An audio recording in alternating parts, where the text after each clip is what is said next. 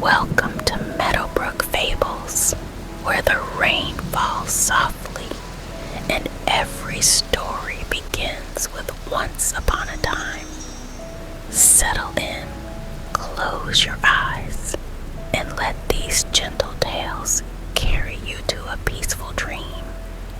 If you'd like more magical moments like this, don't forget to subscribe before you drift off. Sleeping Beauty by Charles Perrault. Once upon a time, there lived a king and queen who were grieved, more grieved than words can tell, because they had no children. They tried the waters of every country, made vows and pilgrimages, and did everything that could be done, but without result. At last, however, the queen found that her wishes were fulfilled, and in due course she gave birth to a daughter. A grand christening was held, and all the fairies that could be found in the realm, they numbered 7 in all, were invited to be godmothers to the little princess. This was done so that by means of the gifts which each in turn would bestow upon her, in accordance with the fairy custom of those days, the princess might be endowed with every imaginable perfection. When the christening ceremony was over, all the company returned to the king's palace, where a great banquet was held in honor of the fairies. Places were laid for them in magnificent style, and before each was placed a solid gold casket containing a spoon, fork, and knife of fine gold, set with diamonds and rubies. But just as all were sitting down to table, an aged fairy was seen to enter, whom no one had thought to invite. The reason being that for more than 50 years she had never quitted the tower in which she lived, and people had supposed her to be dead or bewitched.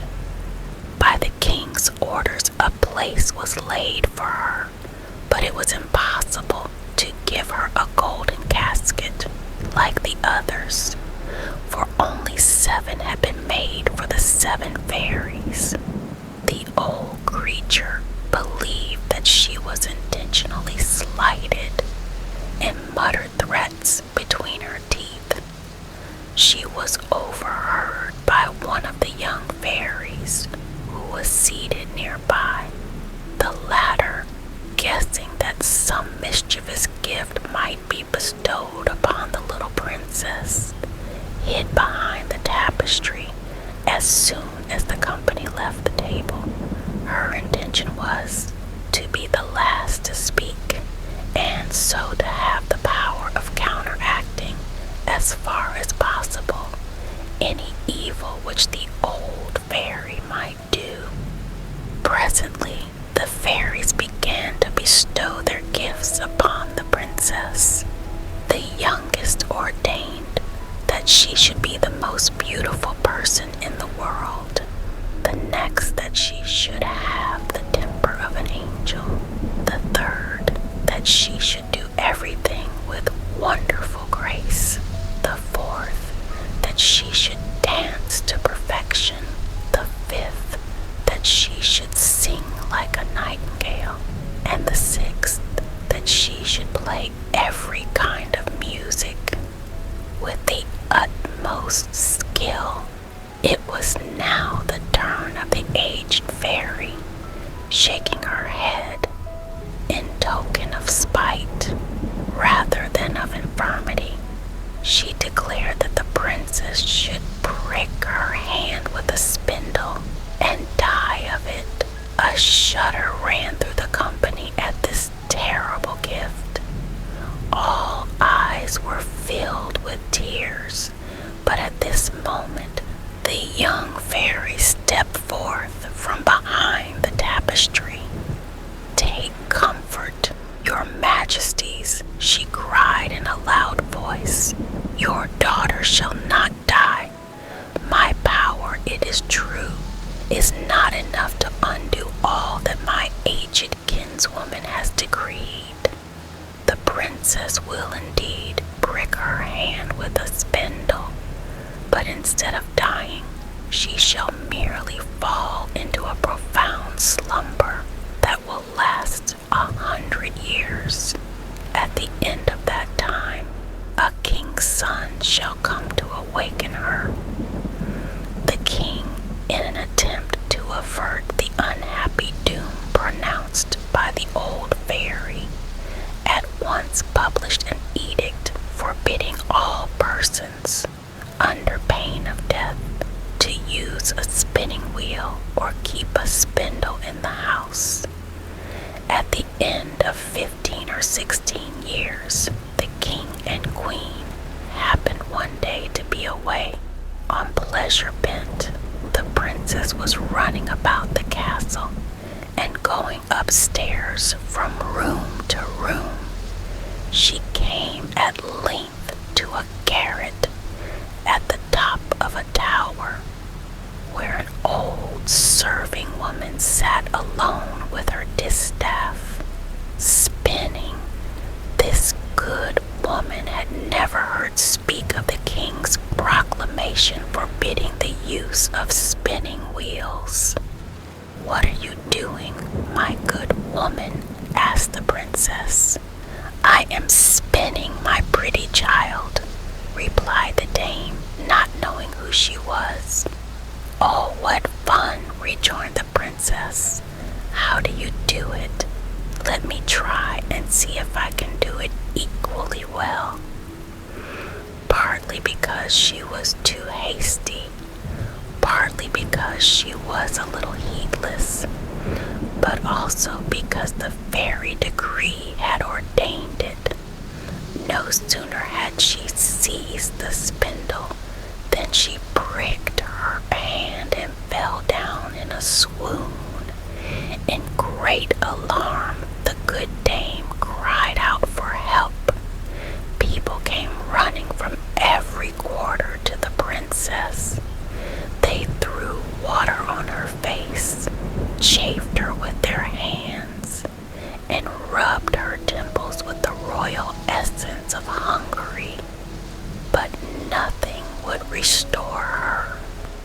Then the king, who had been brought upstairs by the commotion, remembered the fairy prophecy.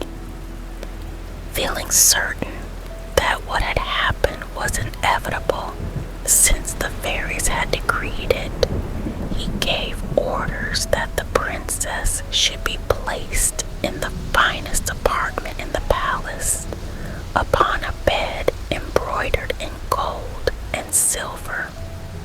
You would have thought her an angel, so fair was she to behold. The trance had not taken away the lovely color of her complexion. Her cheeks were delicately flushed, her lips like coral. Her eyes indeed were closed, but her gentle breathing could be heard, and it was therefore plain that she was not dead. The king commanded that she should be left to sleep in peace until the hour of her awakening should come. When the accident happened to the princess, the good fairy who had saved her life by condemning her to sleep 100 years was in the kingdom of Madigan, 12,000 leagues away. She was instantly warned of it, however, by a little dwarf who had a pair of 7-league boots, which are boots that enable one to cover 7 leagues at a single step. The fairy set off at once, and within an hour chariot of fire, drawn by dragons, was seen approaching.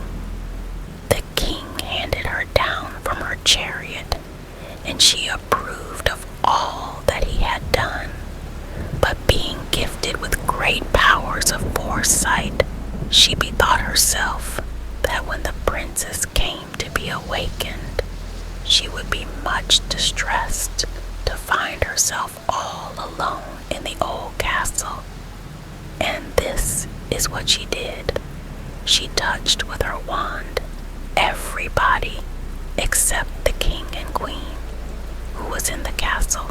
Governesses, maids of honor, ladies in waiting, gentlemen, officers, stewards, cooks, scullions, errand boys, guards, porters, pages, footmen. She touched likewise all the horses in the stables with their grooms, the big mastiffs in the courtyard, and little Puff, the pet dog of the princess, who was lying on the bed beside his mistress. The moment she had touched them, they all fell asleep, to awaken only at the same moment as their mistress. Thus they would always be ready with their service whenever she should require it. The very spits before the fire, loaded with partridges and pheasants, subsided into slumber, and the fire as well. All was done in a moment, for the fairies do not take long over their work. Then the king and queen kissed their dear child without waking her and left the castle. Proclamations were issued forbidding any approach to it, but these warnings were not needed, for within a quarter of an hour there grew up all round the park so vast a quantity of trees, big and small, with interlacing brambles and thorns, that neither man nor beast could penetrate them. The tops alone of the castle towers could be seen, and these only from a distance. Thus did the fairies' magic contrive that the princess, during all the time of her slumber, should have naught whatever to fear from prying eyes. At the end of 100 years, the throne had passed to another family from that of the sleeping princess. One day, the king's son chanced to go a-hunting that way, and seeing in the distance some towers in the midst of a large and dense forest, he asked what they were. His attendants told him in reply the various stories which they had heard. Some said there was an old castle haunted by ghosts. Others that all the witches of the neighborhood held their revels there.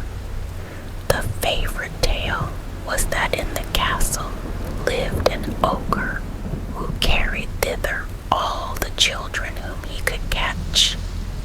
There he devoured them at his leisure, and since he was the only person who could force a passage through the wood, nobody had been able to pursue him. While the prince was wondering what to believe, an old peasant took up the tale.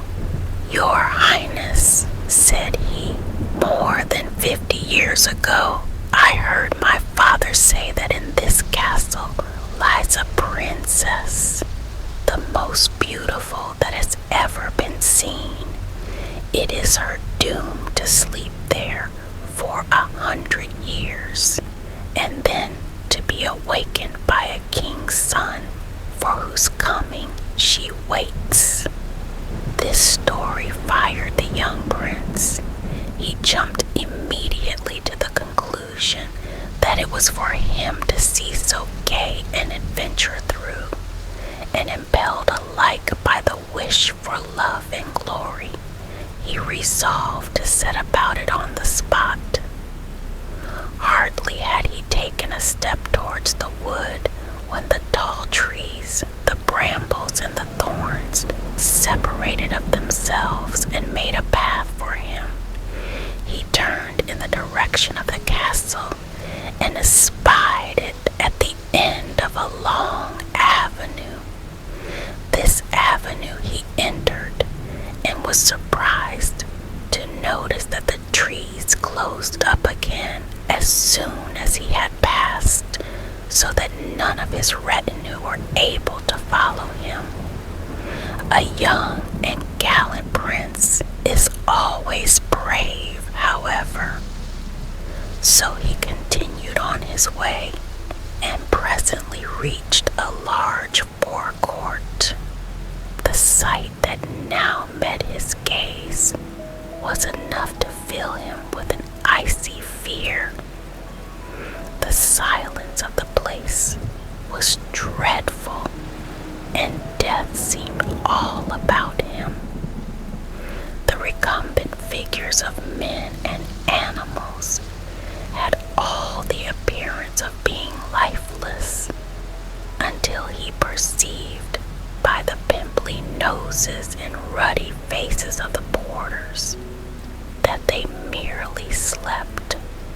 It was plain, too, from their glasses, in which were still some dregs of wine, that they had fallen asleep while drinking.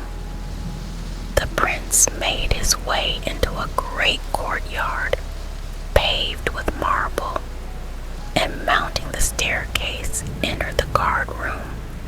Here the guards were lined up on either side in 2 ranks, their muskets on their shoulders, snoring their hardest, through several apartments crowded with ladies and gentlemen in waiting, some seated, some standing, but all asleep.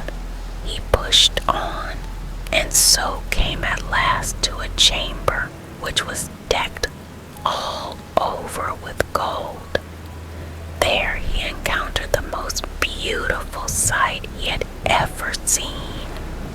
Reclining upon a bed, the curtains of which on every side were drawn back, was a princess of seemingly some 15 or 16 summers, whose radiant beauty had an almost unearthly luster. Trembling in his admiration, he drew near and went on his knees beside her.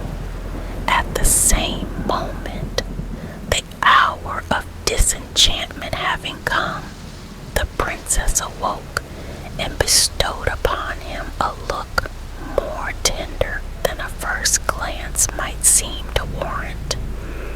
"Is it you, dear prince?" she said. "You have been long in coming." Charmed by these words, and especially by the manner in which they were said, the prince scarcely knew how to express his delight and gratification. He declared that he loved her better than he loved himself.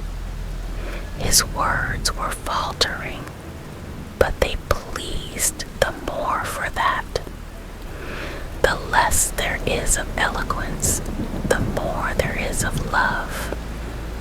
Her embarrassment was less than his, and that is not to be wondered at, since she had had time to think of what she would say to him. It seems, although the story says nothing about it, that the good fairy had beguiled her long slumber with pleasant dreams. To be brief, after 4 hours of talking, they had not succeeded in uttering 1/2 of the things they had to say to each other. Now the whole palace had awakened with the princess. Everyone went about his business, and since they were not all in love, they presently began to feel mortally hungry. The lady in waiting, was suffering like the rest, at length lost patience, and in a loud voice called out to the princess that supper was served. The princess was already fully dressed and in most magnificent style. As he helped her to rise, the prince refrained from telling her that her clothes with the straight collar which she wore were like those to which his grandmother had been accustomed, and in truth, they in no way detracted from her beauty. They passed into an apartment hung with mirrors, and were there served with supper by the stewards of the household, while the fiddles and oboes played some old music, and played it remarkably well, considering they had not played at all for just upon 100 years. A little later, when supper was over, the chaplain married them in the castle chapel, and in due course, attended by the courtiers in waiting, they retired to rest. They slept but little, however. The princess, indeed, had not much need of sleep, and as soon as morning came, the prince took his leave of her. He returned to the city and told his father, who was awaiting him with some anxiety, that he had lost himself while hunting in the forest, but had obtained some black bread and cheese from a charcoal burner, in whose hovel he had passed the night. His royal father, being of an easy-going nature, believed the tale, but his mother was not so easily hoodwinked. She noticed that he now went hunting every day, and that he always had an excuse handy when he had slept 2 or 3 nights from home. She felt certain, therefore, that he had some love affair. 2 whole years passed since the marriage of the prince and princess, and during that time they had 2 children. The first, a daughter, was called Dawn, while the second, a boy, was named Day, because he seemed even more beautiful than his sister. Many a time the queen told her son that he ought to settle down in life. She tried in this way to make him confide in her, but he did not dare to trust her with his secret, despite the affection which he bore her. He was afraid of his mother, for she came of a race of ogres, and the king had only married her for her wealth.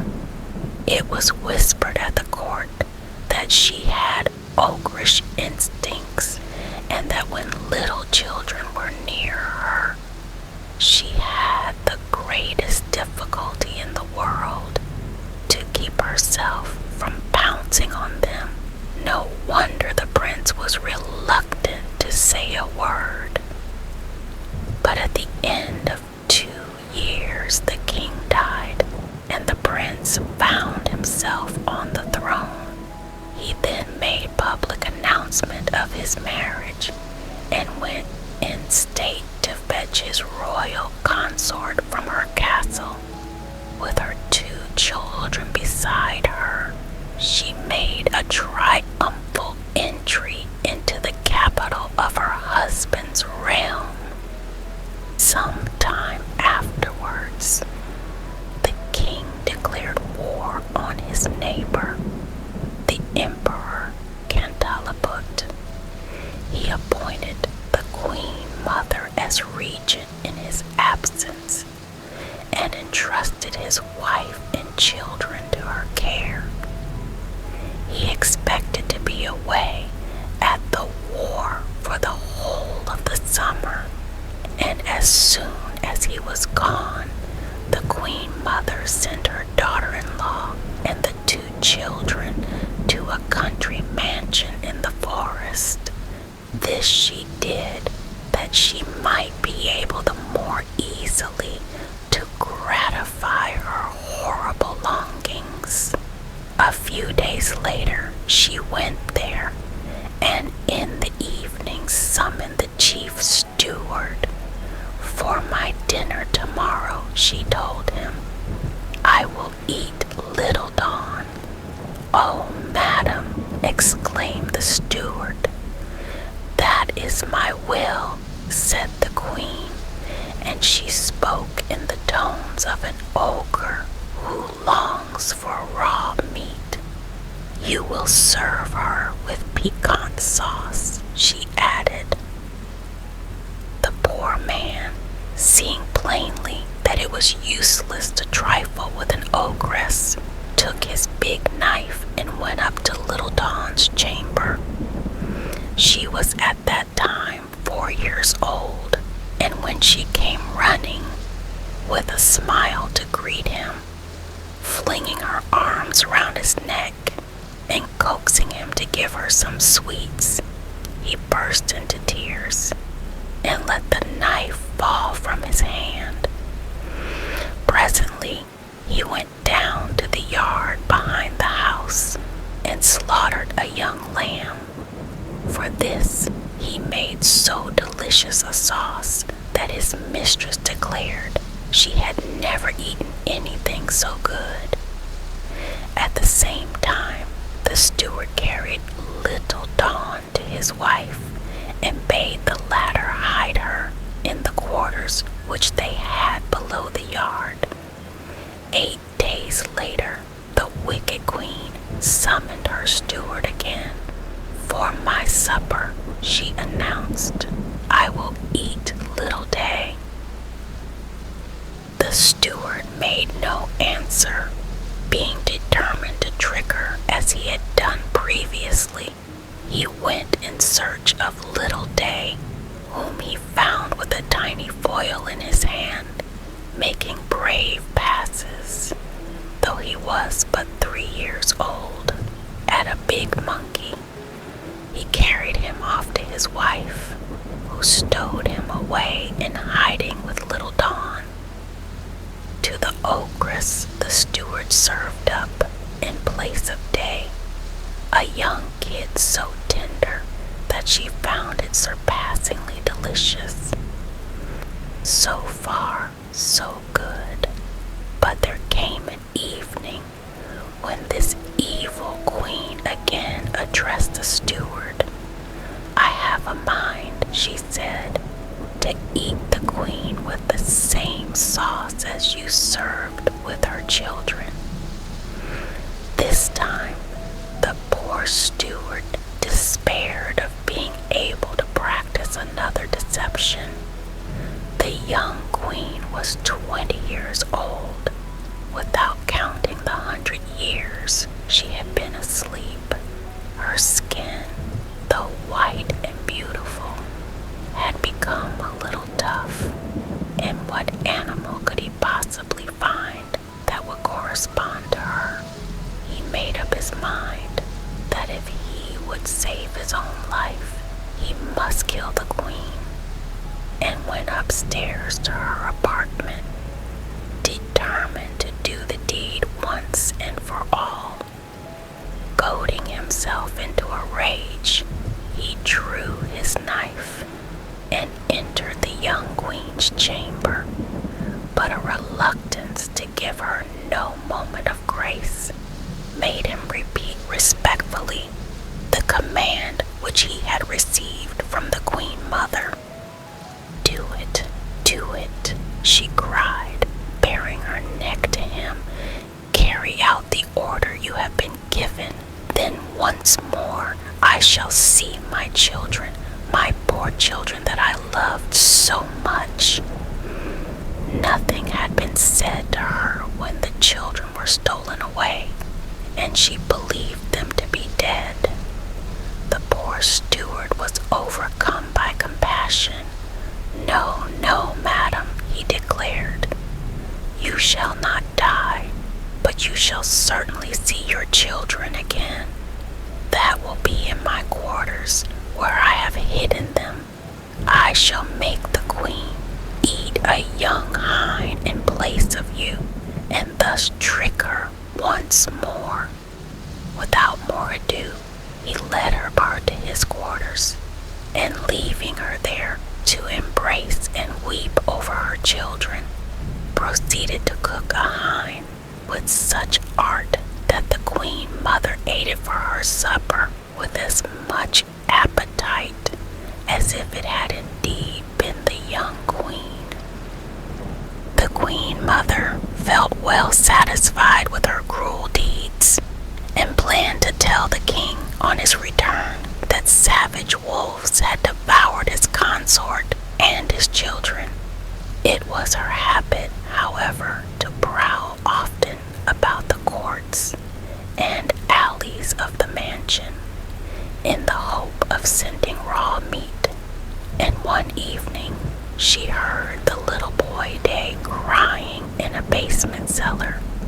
The child was weeping because his mother had threatened to whip him for some naughtiness, and she heard at the same time the voice of Dawn begging forgiveness for her brother.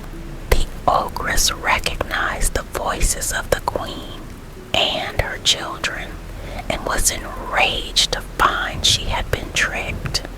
The next morning, in tones so affrighting that all trembled, she ordered a huge vat to be brought into the middle of the courtyard. This she filled with vipers and toads, with snakes and serpents of every kind, intending to cast into it the queen and her children, and the steward with his wife and serving girl. By her command, these were brought forward with their hands tied behind their backs. There they were, and her minions were making ready to cast them into the vat, when into the courtyard rode the king. Nobody had expected him so soon, but he had traveled post-haste. Filled with amazement, he demanded to know what this horrible spectacle meant.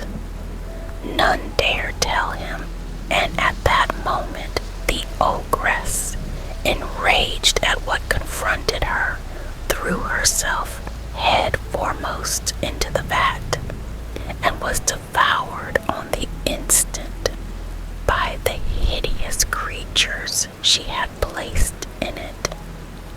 The king could not but be sorry, for after all she was his mother, but it was not long before he found ample consolation in his beautiful wife and children. Moral: many a girl has waited long for a husband brave or strong, but I'm sure I never met any sort of woman yet who could wait 100 years, free from fretting, free from fears.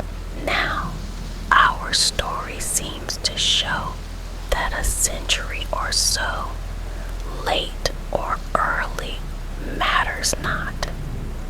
True love comes by fairy lot. Some old folk will even say it grows better by delay. Yet this good advice, I fear, helps us neither there nor here. Though philosophers may prate how much wiser 'tis to wait, maids will be a sighing still. Young blood must when young blood will. Thank you for joining me beneath the rain. If this story brought you peace, tap the like button or leave a quiet little comment. and subscribe to Meadowbrook Fables for more rainy tales to dream by. Until next time, sleep well.